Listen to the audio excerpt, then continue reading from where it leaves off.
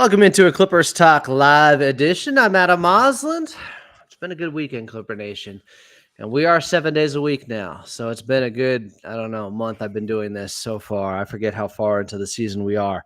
But it's good to be with you guys. We have a special guest on deck who's with us right now, actually. Lucas Hann, don't call him Hann, from 213 Hoops, the Lob, the Jam, the podcast. If you can't remember, he came on with me and we went through every center in the National Basketball Association to properly sort out where Ivica Zubac ranks. And I just saw earlier today, Hoops Hype had to apologize to Big Zoo for having him 26th coming into the season as centers. It reminded me of Lucas Hann a little bit. Lucas, how are we doing? Thanks for coming on the show. Yeah, man. Thanks for having me. Thanks for being flexible with my availability. I was actually just thinking this afternoon that maybe we should do it again, because I think a lot of the ones that we were talking about, sort of this clumped tier, we were just talking on I was just talking with Dr. Schaap about this, that Zoo goes head to head with a guy like Jakob Poeltl, who we think, this guy's a solid starting center in the NBA, right? He just punks him. I mean, donut, 0 points for Poeltl in that game. So I think Zoo has been even better this year than what we've come to expect in recent years. Probably changed where he sits in that conversation. Did he break in to the top 10 games in to the season already? Okay, but we were pretty solid with 9, at least. I felt like 9 were kind of unquestioned, where you start with Jokic, Embiid, Anthony Davis. If we're talking like who have been the best centers in the NBA this season, Joel Embiid's not in the conversation, right? I just see, that's when I'm just like, okay, then we can't talk about it 10 games in. If it's already like he's past Joel because he hasn't played yet this year, it's like, well, it's in 10 games. Well, hey, and Norman Powell's having a better season than Paul George. Well, I expect that actually to hold up. So no surprises there. Okay, we'll table the Zoo where he ranks conversation. How about we get halfway through the season? I'll see Availability. You in February, yeah. Does matter, yeah, when he's about to be voted an all-star. We can talk about it then. Okay, we can at least talk about this Clippers team being 6-4, 10 games in, and just how much of this has aligned with your expectations. What makes sense to you? What has surprised you so far? Yeah, I mean, I think the big thing is this is an overachievement, right?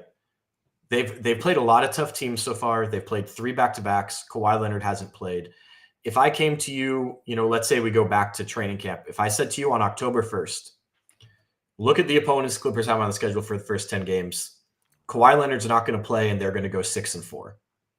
You would take that every day of the week. You pretty much would take, it doesn't matter who the opponents are or how many back-to-backs there are. Any 10-game stretch that you go 6-4 without Kawhi is good. I said I'd sign up for 5-5 in the first 10 games. Yeah, I said that right before we started.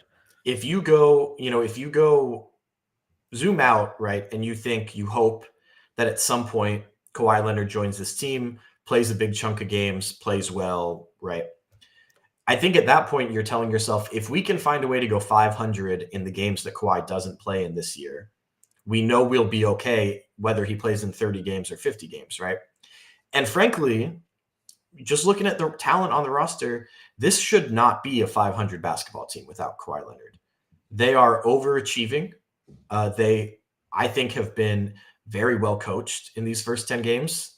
And yeah, I mean, I just think from that perspective, you have to be happy with it. It's agonizing. They're like, oh, they could be 8-2 if they made a few more free throws. Yeah, but they could be 4-6 if other teams made a couple more shots, right? They're going to have a lot of close games. 6-4, great start to the season.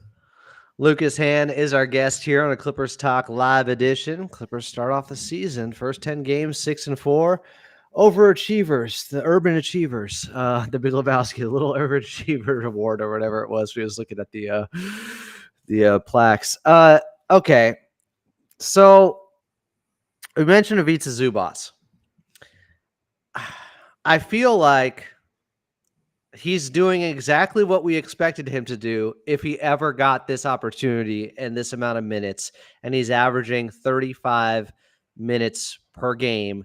Some people didn't think Coach Lue would do it. Some people thought Ivica Zubac might not be able to hold up. That is TBD. whether or not he just stamina-wise can make it with all these minutes. He was asked about that last night after the ball game with a 2-point win over the Toronto Raptors, how he's feeling. He says he's feeling good so far. And if he's not playing well, Coach Lue would take him out. So he's being productive. He's doing everything that is asked. Are there any elements to his game? Because I'm of the position, I get annoyed when people say most improved player with Ivica Zubac. I know that's supposed to be, a nice achievement, a nice award for him to be in that discussion. But I'm like, no. This is just him actually getting the right amount of minutes.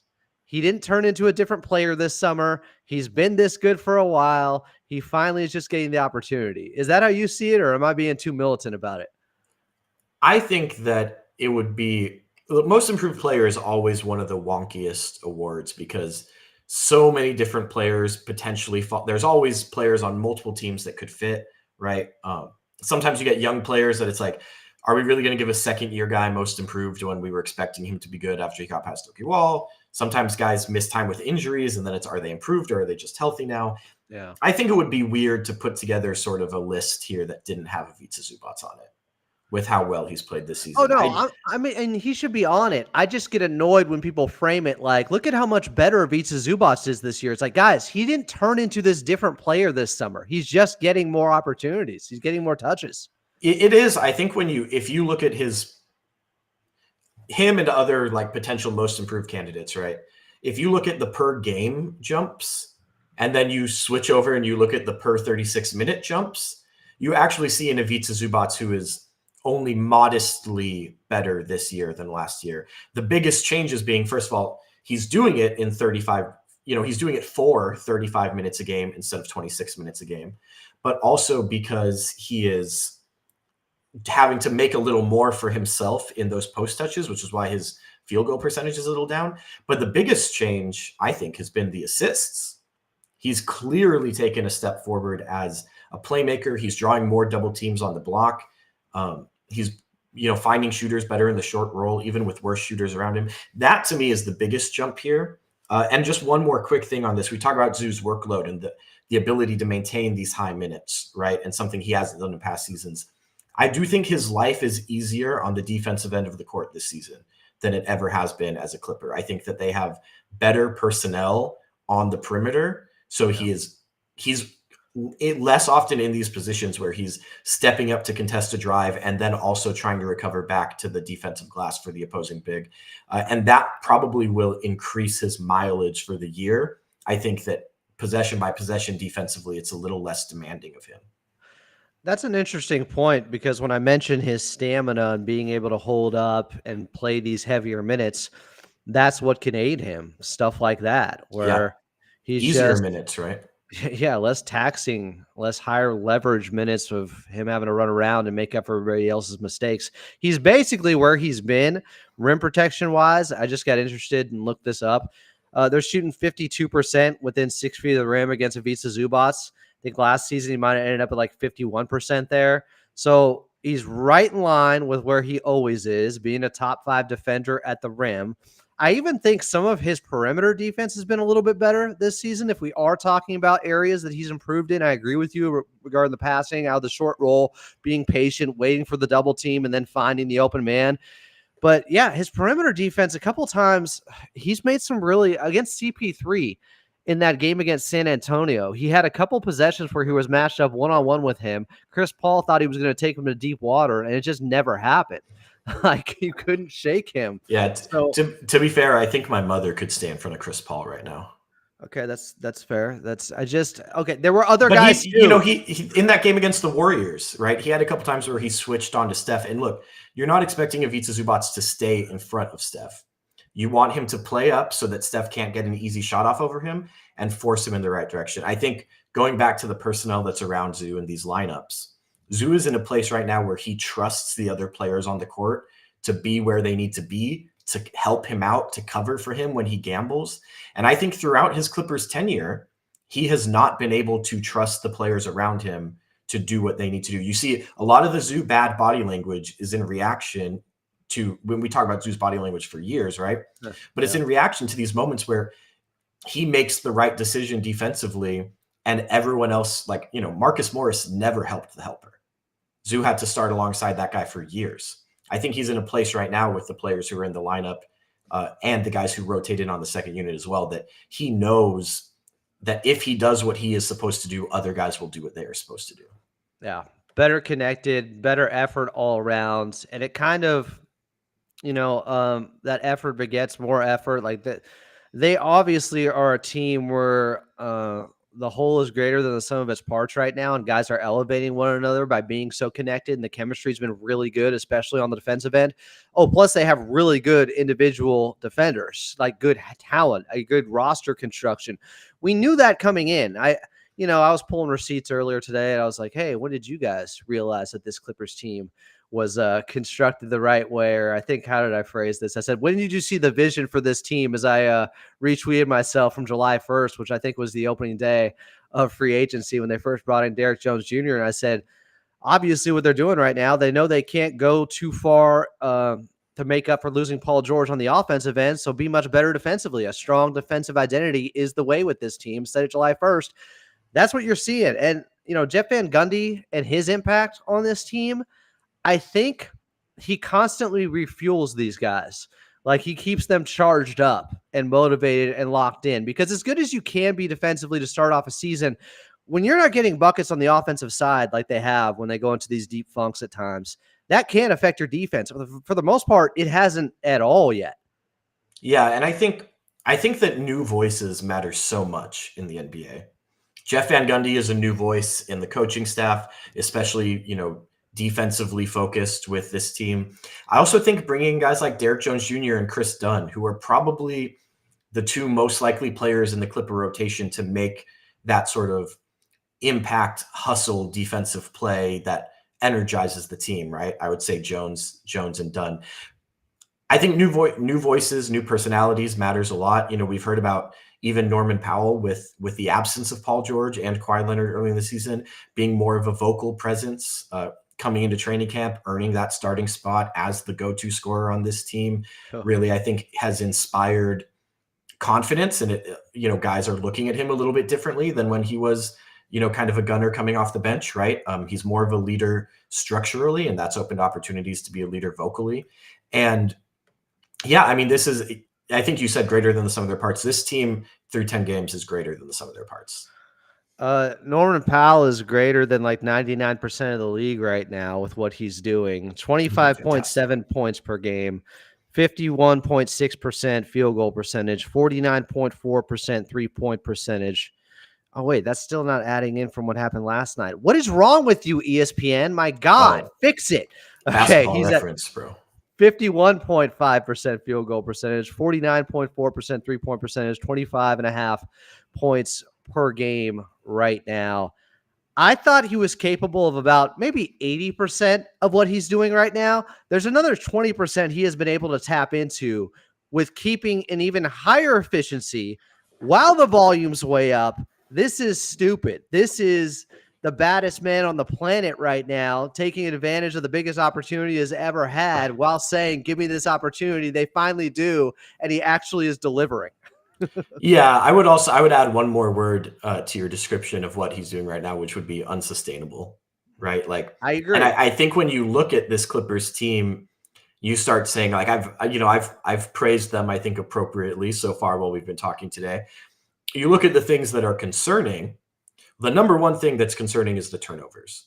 And you hope that that's something that there can be an intervention. There can be that can trend in the right direction in the next 10 games, right?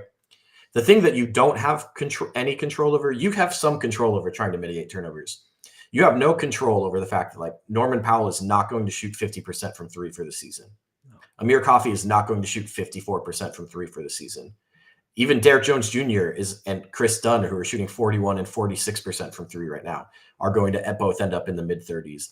The Clippers as a team are shooting 38% from deep, which is 8th in the NBA. This is a below average shooting talent team. They should end up closer to 35 or 36%. So that's what you can't control. 4 games ago, they were at 33%. Yeah, they have got up to 38% over 4 games. Yeah.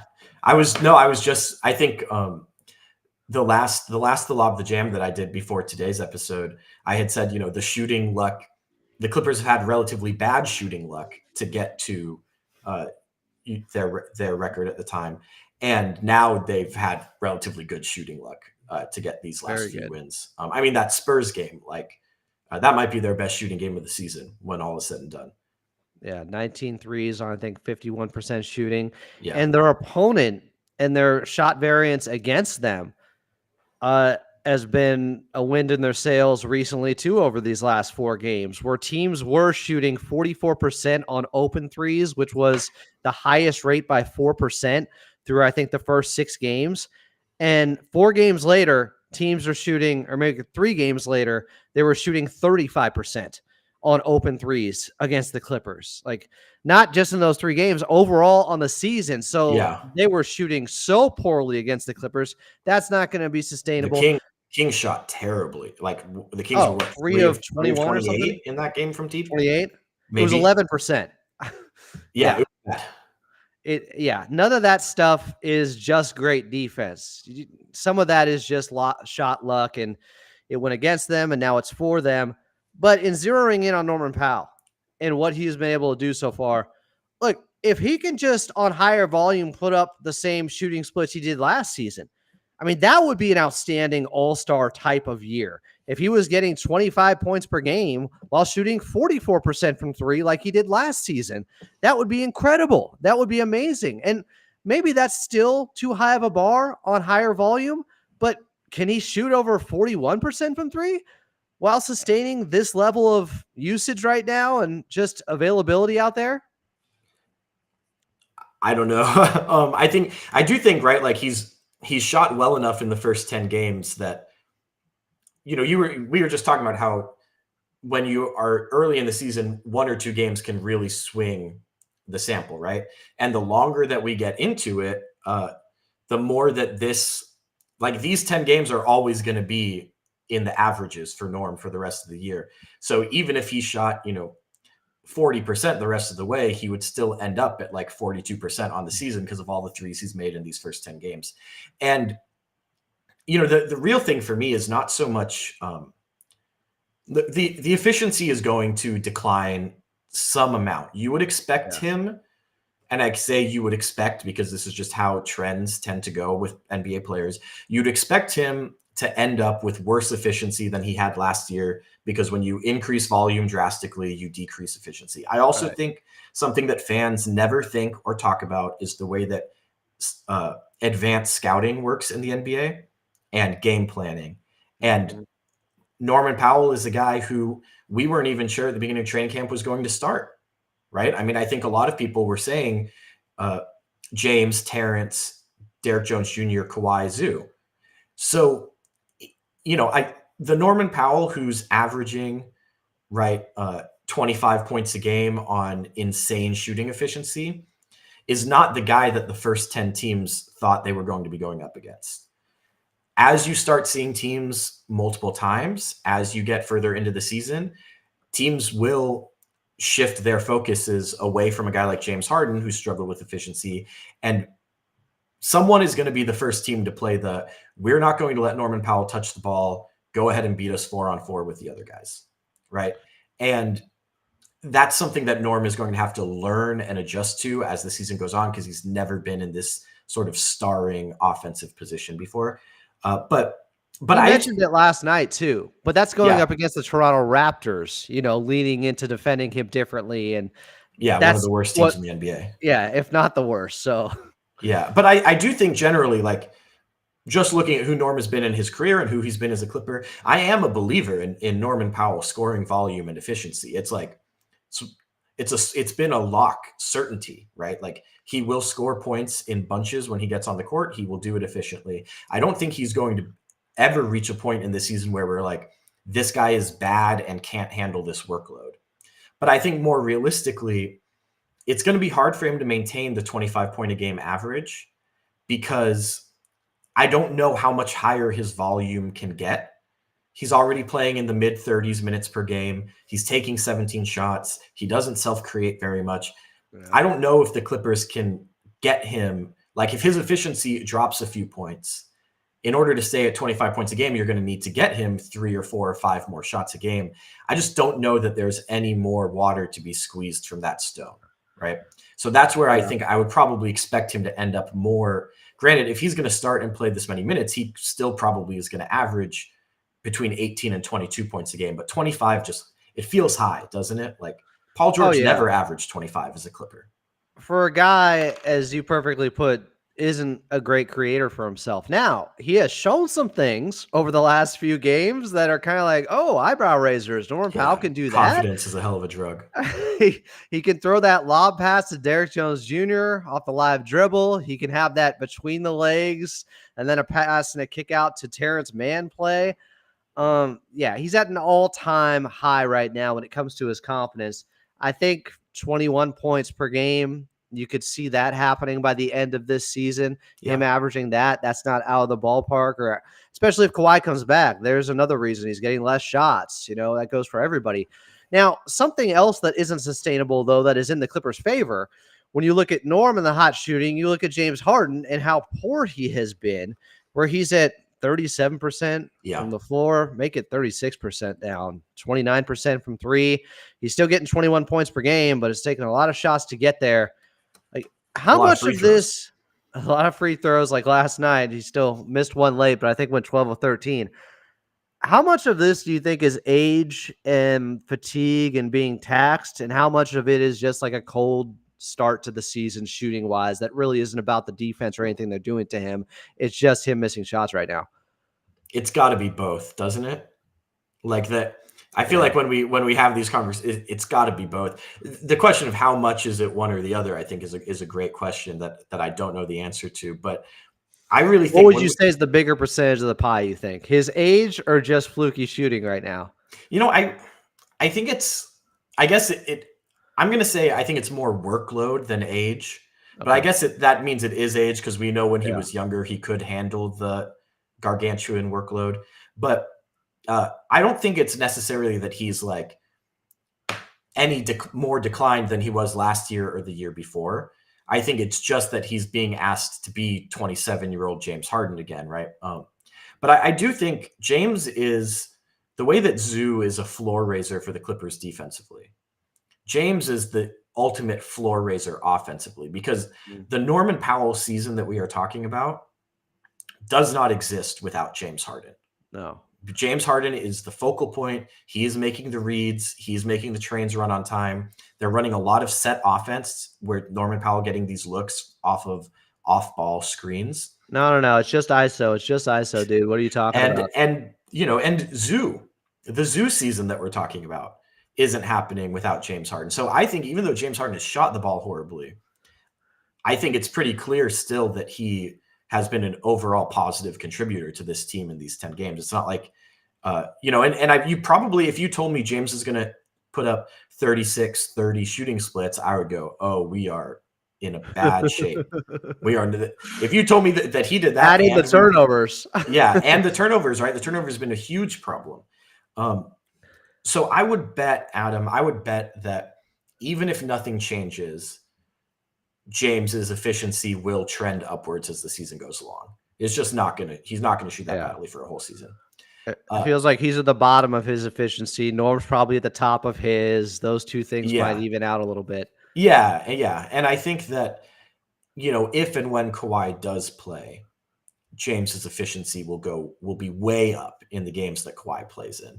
And talking we were talking about Zoo defensively and how he's putting less miles on the odometer per possession because there's better personnel around him. Right now, James is investing more of his legs into each offensive possession because there is not a lot of offensive creation talent around him. I don't know. Kevin Porter Jr., had his best game of the season last night. Norman Powell has grown confidently into doing a little bit more self-creation, a little bit more drive and kick stuff than we saw early in the season, where it was pretty strictly catching, finishing off of James's plays. The more that everyone around James can chip in, the more efficient he's going to be, the less fatigued he's going to be in fourth quarters. We've seen him have some really dreadful fourth quarter stretches, not because he's not clutch, because he's exhausted, because he's carrying the offense on his back for 36 minutes a night. So the more that you can start saying, hey, we can trust a few more possessions here, a few more possessions there. James still going to play 36 minutes, but he's going to not have to work as hard possession by possession during those 36 minutes. That is probably how you get to a better outcome for James Harden, but it's just going to take some of these other guys on the team growing into their roles a little bit. As poorly as he has shot it so far, I feel like if they didn't have James Harden, they might average 85 points per game. Yeah. Like his impact is still that important. Oh yeah. I mean, this team probably, if James Harden turned his ankle in the preseason and hadn't played, they're probably 0-10. Maybe they're 1-9 because they have a game where, you know, Bones Highland scores 30 points off the bench or something, right? But like James is the ultimate floor raiser for this team. Obviously, the team's identity is the defense, but this is a team that has the 4th best defense in the NBA and is 21st in offense. Yeah. And that 21st in offense is entirely James Harden is creating all of that. So yeah, I mean, he's been essential. I think that I really don't want to be critical of him at all. I think the turnovers, some of the turnovers are necessary evils when you're asking a guy to touch the ball as much as he does and create as much as he does. Some of them feel really silly. But I think the Clippers hopefully can find ways as the season goes on to put him in a better position to not get as fatigued and be a little more efficient with his own scoring. Yeah, I feel like even with a lot of it just coming down to him being overworked with some of the bad turnovers, maybe a turnover and a half per game could be attributed to just a really sloppy, lackadaisical pass. Because when we get down to the nitty-gritty late in fourth quarters, some of the stuff that has happened there, we can talk about the miscues and the missed opportunities in fourth quarters that have led to some really bad play. Some of that is self-inflicted. Some of it's so bad that there's no excuse regardless of fatigue. I mean, mental fatigue is real, but some of these things are just like, what just happened here? This isn't real basketball. I mean, Amir Coffey throwing it into the backcourt because Ivica Zubac isn't into the front court yet after they had a 3-on-1 fast break. That's one of the worst. I don't know if that ended up on Shaqtin' a Fool, but that's probably the worst play. That was a bad play. I hope that's the worst play we see this season from the Clippers, stuff like that. So it's not just James, but late game execution. I want to focus on that for a second because even last night and the game against the Kings, they got away with missing free throws, with having turnovers. I think they had 8 turnovers in the fourth quarter against Sacramento and then 4 last night against Toronto in a game they also could have put away by just knocking down free throws. Norman Powell missed 2. James Harden missed 1. Like, to me, one of the biggest reasons this happens late in games, and you talk about their offense being 21st offensive rating wise. Well, it's 26th in fourth quarters. It's even worse then. I think a lot of it is out of their control. And I mean that by other teams are going to play much harder late in games than they do early on. And while the Clippers may have that effort advantage early, eventually it leaves and everybody is giving maximum effort. And then the talent separation, you see it more so. Like, I don't know if there's so much they can do with some of that late game execution. Like, I know they can be better with some of these turnovers, but some of it is just the other team is ramping up their defense to a level they weren't at earlier in the game. Yeah, and I think that there's a reason why we see across the NBA, this is not a Clippers thing, this is an everybody thing, that offenses get more isolation heavy late in games because it becomes that much harder to free Norman Powell up off that pin down screen when the defense is more locked in and more engaged in making those in-game adjustments to who's hot and who's cold. And so, again, putting yourself in a position where you are giving James Harden slightly less of a workload in the first 3 quarters could set you up where he has a little more gas left in the tank to play a little better as an isolation scorer and get you some of those buckets you need late in games. Ultimately, this is a Clippers team that does not have the isolation scoring talent of most of the teams they will face. You know, at least until hopefully at some point Kawhi Leonard comes back, and then they'll have that missing piece of a guy they could throw it to late in games, right? But for now, like, yeah, the Clippers should struggle in close games. They should struggle in fourth quarters. They should struggle to hold leads. They don't have the offensive firepower to put a team away when they get up 15, right? But they're also going to be hard to put away because it's going to be hard to have offensive explosions against one of the best defenses in basketball. We've seen them play really hard and really well defensively on the second night of back-to-backs already this season.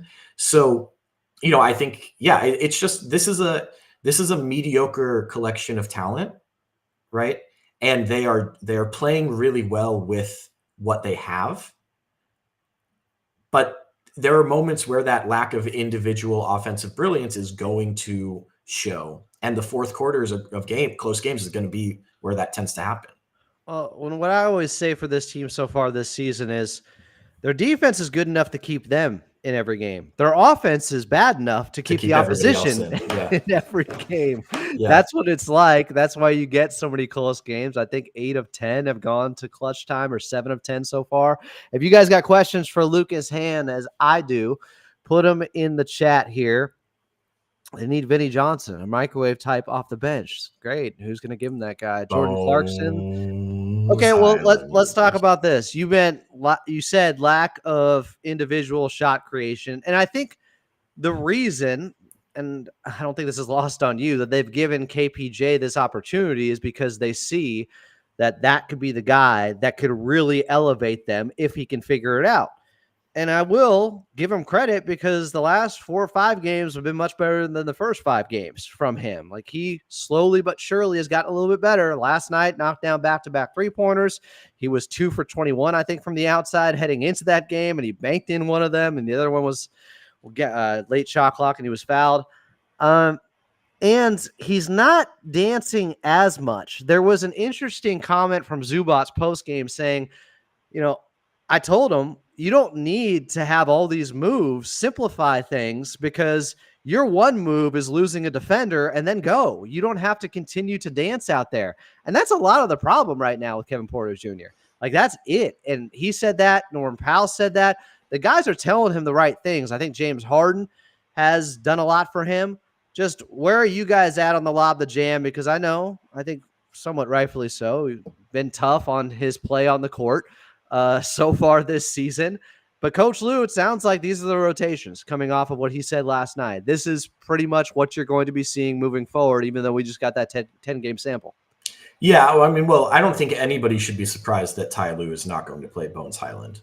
That relationship just never got off the ground, really, right? And Bones the other night in garbage time minutes, again, I thought there was a possession where I wasn't sure about this, and I'm not trying to feed misinformation, but from what I saw at the game, I was watching him bring the ball up. Coach Lue said something to him, and it looked like Bones wasn't listening. Like, it looked like he wasn't even taking direction. I don't know if that's true, but we saw last year in garbage time, it was not a good look from him, and the same thing happened again already. Yeah, I think that undeniably he's struggled with sort of the stay ready professionalism that you would hope for in a talented but young player whose role is going to change over time. I think that probably is a fair statement to describe both his tenure in Denver and his tenure with the Clippers. That doesn't mean that he's not talented. No. Or that if he did have a stable, consistent role, that the engagement level wouldn't increase and he wouldn't, play well in that role. But I do think with the relationship with Ty Lue, the challenge with some maturity and professionalism things when he has not been playing under Ty Lue have really made it hard for him to then get opportunities when maybe it makes sense, right? Like, I'm not sure that Bones Highland is saving anybody, right? But I don't think he would have been worse in a 10-game sample size than Kevin Porter Jr. was. Yeah, right. Like, he wouldn't have had, whatever this was, 10 games in 200 minutes or something like that, right? Like 167 minutes. Bones Highland in 167 minutes in this exact role definitely wouldn't have been worse than Porter Jr. has been. They are different players in a few important ways, right? But yeah, I don't know. I mean, I think Porter Jr. Right, there's process and then there's results. Sure, he made 2 threes in this game, but I'm not really huge on being like, so things are trending up because a guy who's not a great shooter made 2 threes in one game, right? Like, is that an aberration or a trend? If it's 2 threes falling, it's probably more of an aberration. But I will say there are possessions where he manages the possession well as the guy who has the responsibility of having the ball in his hands on offense. And I think, okay, this is how the second unit needs to play when James Harden is on the bench. He's patient, finds a good shot, right? And then there are possessions where you go, oh my God, just let Chris Dunn have the ball. It won't be as exciting. There won't be as much juice and dribble moves, but at least they will like not do whatever the hell this is, right? So, you know, there are trade-offs there. I'm not surprised to hear that he will be staying in the rotation going forward. I do think that, you know, if this 10-game level of play is the level of play that we get, sort of, if this is standard and there isn't an upward trend, I think results and process-wise both need to get better, right? Yeah. But I'm not surprised. The Clippers invested in him. They gave him a player option. Ballmer's known him since he was a teenager. You know, the relationships matter in this case, I think. And he's got some runway. Now, if the Clippers were fully healthy, I'm not sure that he'd be playing. But because then if Mo Bamba's playing, Batum can play more forward minutes. Mann and Coffey can play more guard minutes. If Kawhi Leonard's playing, there's less of a need for that offensive subsidization, right? Because you have another star on the court. Right now, you know, he has that runway with those two guys out. And some people have speculated they're doing it right now and giving him so much runway because they expect him to get suspended and they want to see what they have before that happens. And then maybe Bones get back in, depending on if Kawhi's back or not, or they go Jordan Miller. Who knows? I see, though, kind of the vision of what they're trying here. The upside makes sense. Continuity between him and James Harden, with him being the bargain bin James Harden or whatever you want to say, like that does make sense to me. And there have been flashes here and there. Not enough results. And if the next 10 games are like the first 10 games, maybe he will be out of the rotation. That's not good enough growth, you know? Yeah. So it'll be interesting to watch moving forward. And I get what you're saying about, you know, because he knocked down a couple of 3-pointers, that doesn't necessarily mean that is him advancing in any way. It was his best game of the season. Yeah. And you know. The last 4 or 5 games to me were distinctly better than the first 3 games. The first 3 games were pitiful. The first 3 games, he didn't have any of those moments where I thought, okay, I can see what this possession was supposed to be, and I can live with them having these possessions. Yeah. Every possession was bad. I think after those first few games, we've started to see a mix of, now that was a good possession, but still way too heavily weighted towards the disaster possessions. I don't necessarily disagree with Mike Dang here because Coach Lue has almost said something close to this. I brought it up before. He said the first 10 games, the coaching staff is just telling KPJ to just play your game and shake the rust off, and now they start coaching him to play the right way. Coach Lue has talked about that in the preseason. He was like, we're just going to let him go, and then basically we'll start trimming the fat and telling him to reel this in or do this differently. And they've, I think, already have said some of that even before these 10 games were over. They've already been trying to coach him up, at least over the last handful of games. He said something to that effect. So be interesting. They're exploring something. They're trying to see if they got something there. And I can understand why, especially without Kawhi right now. So speaking of the Claw, has this team and how they played through 10 games so far changes your overall prognostication on if Kawhi came back, how good they could be or where their ceiling is? I think it's still, actually, can I tell you what Joseph Fry Ward had to say to me about this? Oh, God. I know. I'll skip over the Kawhi for Giannis 3-team trade that he sent me this morning and scroll up to I'm still wondering how... me at 10:27 last night to say finals bound. So that's where Joseph Fry Ward is. Yeah. But no, I think that, look, and this is something that I had been saying a while back before the season started, right? Which is Kawhi Leonard has always been at his best when he joins good teams with established identities and can raise the ceiling. So we've been talking today about James Harden as a floor raiser, Ivica Zubac as a floor raiser, guys who make sure that possession by possession, the competence is there, right? Kawhi Leonard is almost the opposite. He can do that because he's good enough that you have a high floor when he's playing.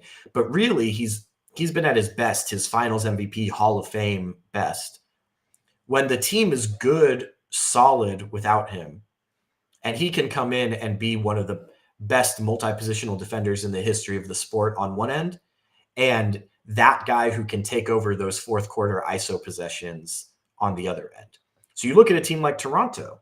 When Toronto adds him, you're taking a team with an established identity that was already a perennial playoff team, and he came in and he was the ceiling raiser. The Spurs were already a dynasty when he came in, but he was able to fit into an existing core and identity and then be the peak in his prime star talent around aging stars of the dynasty that were in that lineup with him.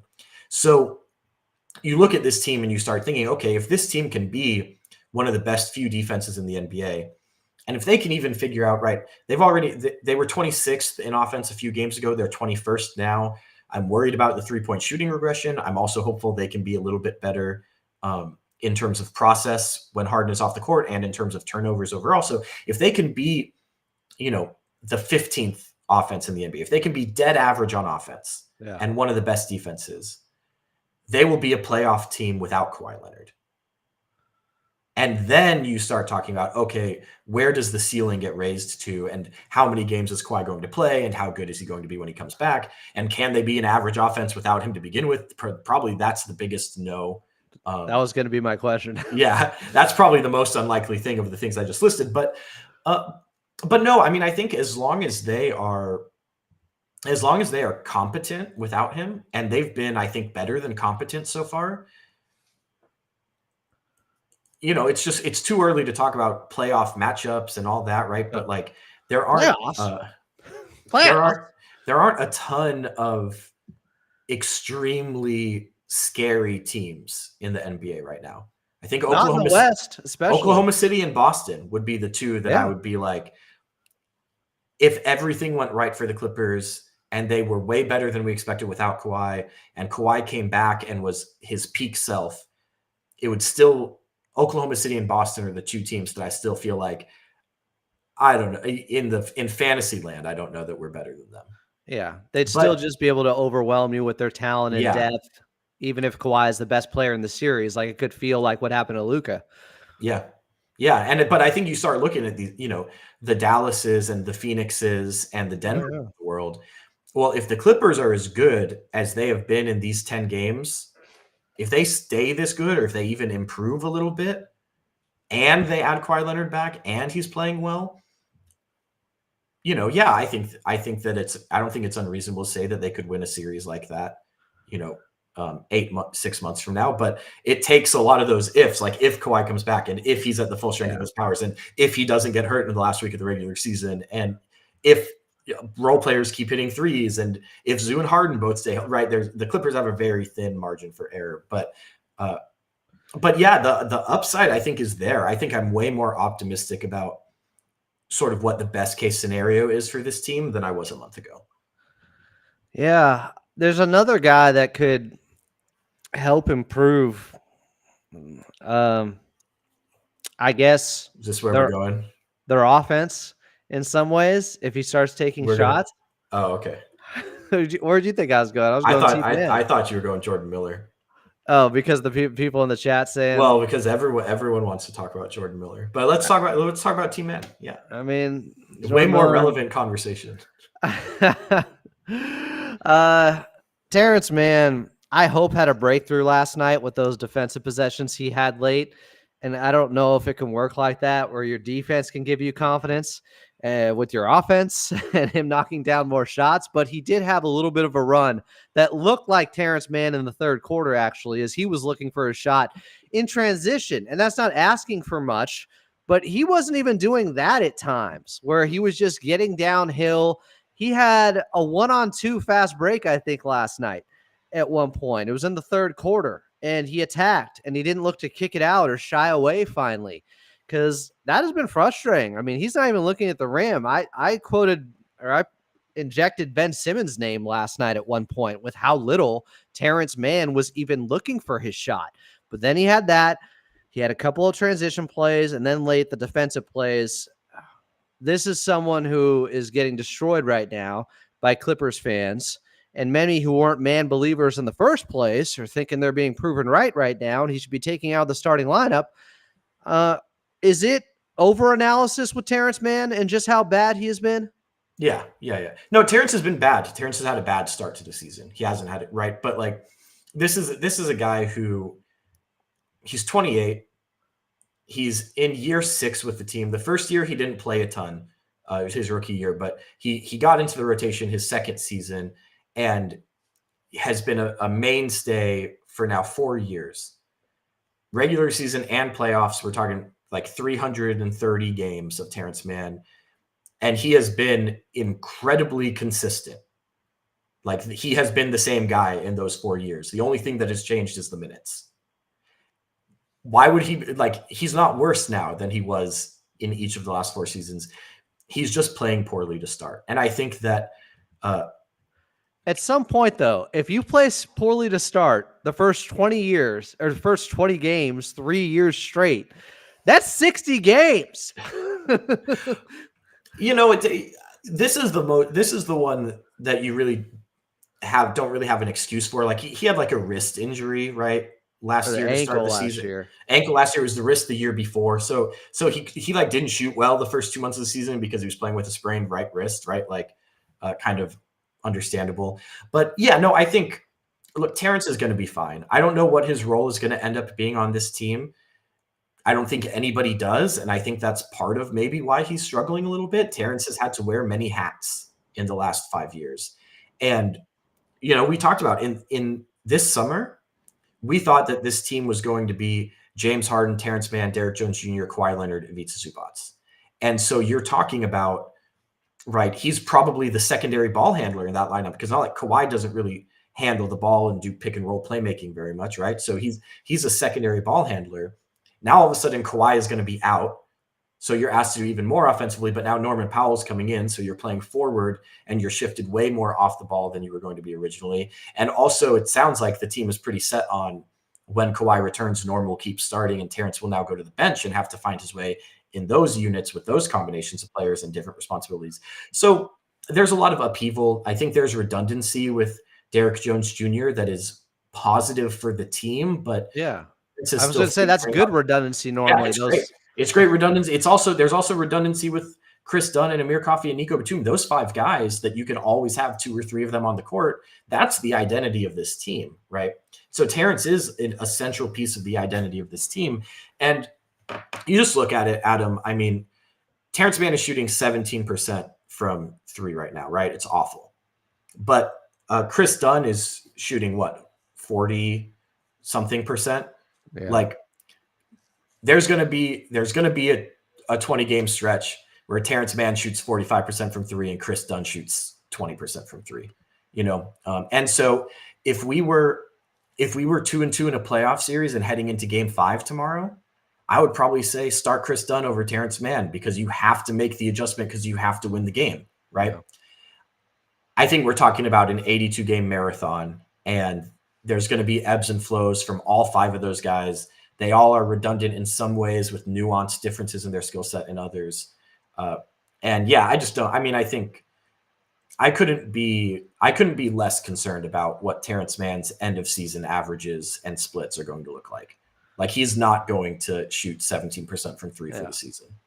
And I've been quick to point out when people go after Terance Mann that I'm old enough to remember him the last 50 games of last season shooting 44% from 3 and then shooting 45% from 3 and guarding Luka Doncic in that playoff series. Yeah. That's a much bigger sample size than 10 games so far. But, I said that it's been about 10 games. It just is what it is, Yeah, it's just I'm just waiting for the breakthrough. And it's getting a little bit when you see how well Chris Dunn has played, when you see how well Derrick Jones Jr. has played, Amir Coffey has played, those guys who are very similar in many ways to Terance Mann. I think maybe it adds more pressure, and he feels that too. Like Derrick Jones Jr. was brought in, and he's doing the stuff that Terance Mann does, but better. I don't know. Yeah, I mean, if if that's the case, right, like that's how you lose your job, right? In the NBA is you compete with players with similar profiles. And if, maybe, at some point when Terance does go to the bench, because I think whether the change happens sooner or later, or whether it's, at the very least, it seems as though folks expect that at some point this season, Kawhi Leonard will play. I don't have any idea when or how much or how he's going to look, but I think that's a total guess. That is just, well, how could he miss the entire year? Did that mean he had surgery again? I just think no one can know. If his knee keeps flaring up, I don't know if he's playing. Like if he keeps going through workouts and every time his knee swells back up, then what are we talking about here? Like, I'm not trying to be an alarmist or anything, but my point is Kawhi can't know when he's playing yet. When everybody keeps asking, when is he playing? That was one of the first questions here in the live chat. I understand why it happens every show, but guys, no one can know. It's about how his body responds. Yeah. I just at some point, I think Terance Mann will go to the second unit this season. Not necessarily because I think he'll be benched for Chris Dunn, right? But because I think that it is, he's the guy who will go if and when Kawhi Leonard plays, right? And he's probably the most likely guy to be changed if just the team is stumbling and they need a change. So both sides of the coin, I think and maybe that might be what he needs to play a little more freely. And maybe that's when things shake loose for him a little bit, because you're talking about the pressure that you feel as like the vulnerable starter with all of these newcomers on the second unit chasing you. Well, maybe when that switch finally flips, he'll be able to play a little more freely on the second unit. That's just speculative. I like that. I could see that. I don't know why I'm asking this question, because I listen to all your shows. I just haven't heard the new one yet. But is like Dr. Shap Stromile Swift with how often he's dunking on everyone, talking about Chris Dunn and how he told you guys he was going to be really good and how he's been saying for years he should be a Clipper. What's it like? Well, I think there's a few things going on here, right? First is I have so many receipts of embarrassingly awful Dr. Shap takes. We like receipts here. That he doesn't even have the nerve to try to dunk on me, because he knows I'm waiting for him at the rim, right?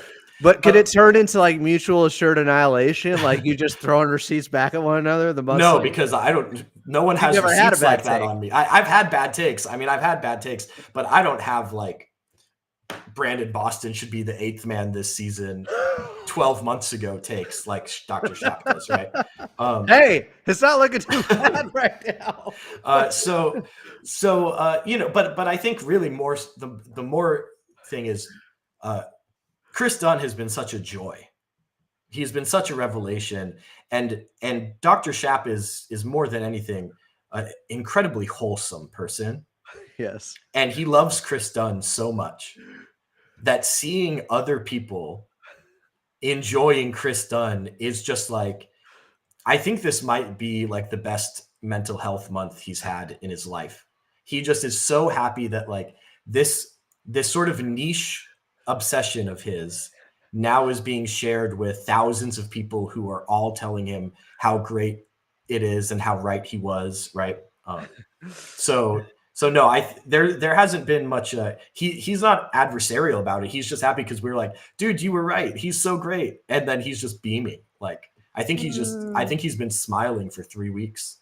He's a proud father. He might have taken 1 day off, but I think he's been smiling for most of the season. He deserves it. He deserves it all. He's been talking about it for so long. Lastly, I don't even think he's a real doctor. Well, I've heard that. I mean, that's your prognosis. It makes sense with how often you say it. It makes me wonder sometimes. Lastly, backup big situation. First of all, can we stop with the Clippers need a power forward? Because the rebounding and defense has not been affected by this at all. And while I do wonder if the rebounding can hold up, that's like my biggest, concern with this team and slippage areas and what could go wrong. But I mean, OKC's not a good rebounding team, so they shouldn't have to worry about that as much tomorrow, especially without Chet. But the whole power forward conversation all off season and just the big conversation, Turns out you play Ivica Zubac 35 minutes per night. That mitigates a lot of it. And you got Nico Batum back, and they've been playing more small ball. What have you seen from the small ball? And what do you think is going to happen when Mo Bamba gets healthy? How many minutes is he going to get? Because it sounds like that could be coming soon.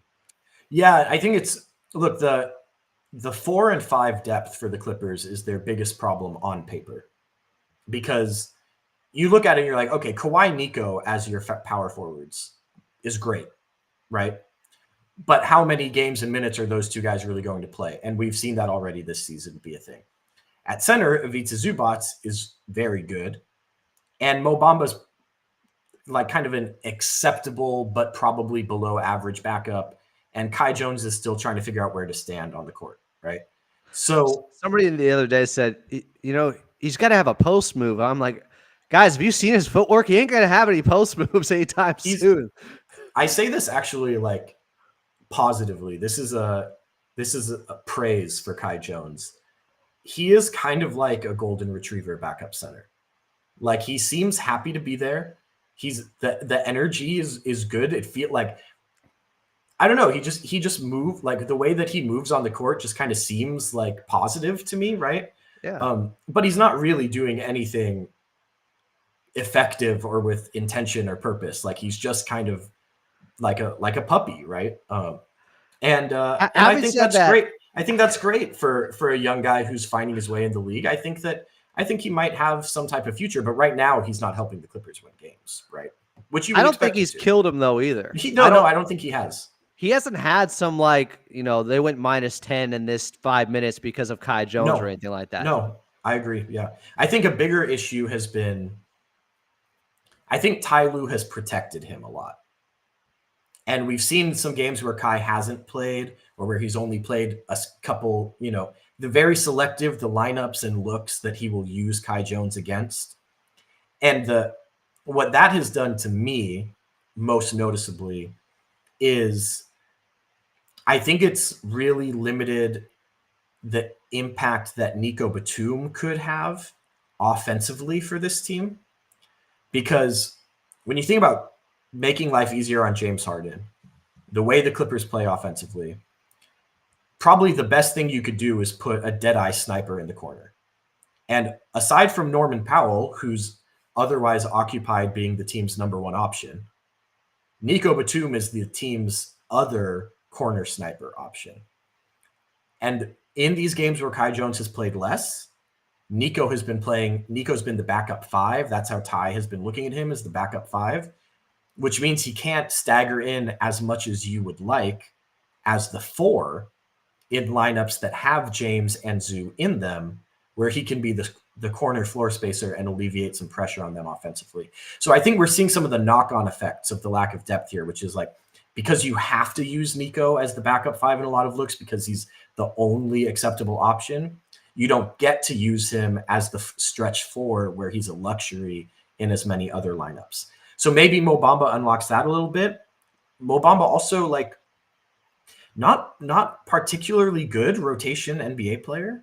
You go look, if you're at home and listening to this and you're curious, go look at how the Sixers distributed their center minutes last season when Joel Embiid was injured. Mo Bamba was there, and they made other choices about who should be playing those minutes and starting those games, right? So just to say, get John Collins. I don't know if he's things up. I'm kidding. Yeah, I don't know if he's gonna if he's really gonna be like a mainstay in the rotation, or if maybe in some looks they'll play him more and in some looks they won't. He'll definitely be more reliable than Kai Jones, but I think that it's a kind of a really big open question for me exactly what Mo Bamba's level of play and role and impact will be.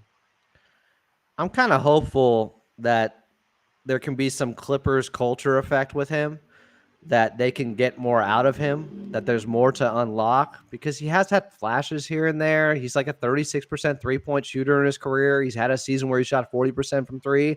That's interesting to me. What they could try to get. He's a big body. He should be a better rim protector than he has been. There's no reason he can't be. Is it coaching? I don't know. Is it motor? Is it him or is it the situations he's been in? Is it a little bit of both? I'm just I hoping mean, the Clippers could do something. It's not like he's only been in one situation. You know what I mean? Yeah, but But I think I was talking to this summer when the Clippers got Mo Bamba. I was talking to a member of the national media about Bamba and that and his career so far.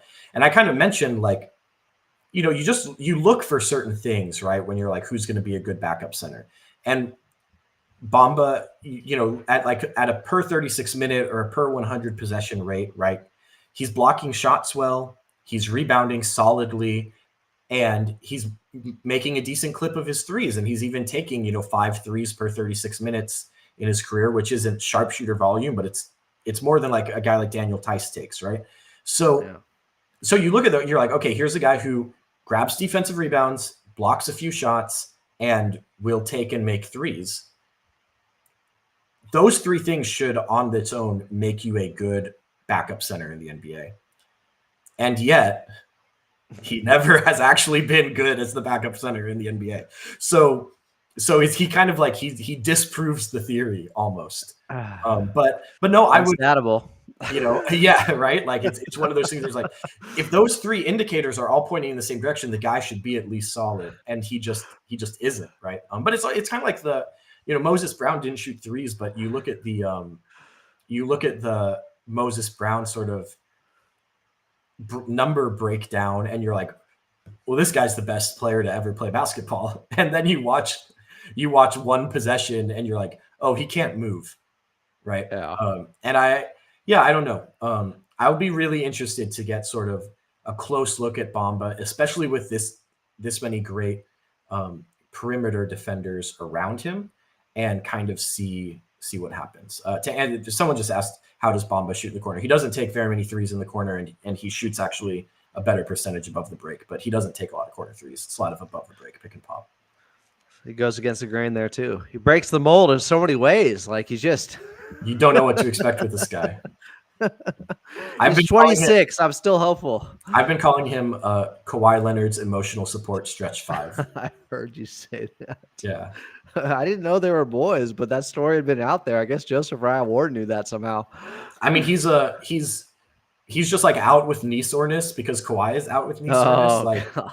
sympathy pain or something, right? I mean, both get healthy, please, God, please. He is Lucas Hann of 213 Hoops, the Empire. He's one of my bosses, and I appreciate him for that. And that's why I had him on the show, just to kiss his ass and tell him how great his analysis was in this very episode for the last hour and 2 minutes. No, Lucas, it was stellar stuff as always. I always kind of think along the same lines as you, which I don't know if that's good or not, but I like the way you lay it out. So appreciate you doing this here on Clippers Talk and getting the rundown with you after 10 games into this season. I thought it would be a good time to do it. So thank you, my friend. Yeah, man. Thanks for having me. Always a blast. Guys, I will be back tomorrow morning here on Clippers Talk. So I'm leaving you for the rest of the night with Rylan Stiles from Locked On OKC Thunder. I'm going to talk with him about what's going on with the Thunder as we preview tomorrow night's game in OKC. Tip-off at 5, pregame at 4 on 857 LA Sports. So I'll have that for you tomorrow morning. That will be live around 9 a.m. For Lucas Hann, don't call him Han. I'm Adam Osland. This has been another edition of Clippers Talk. Love you guys.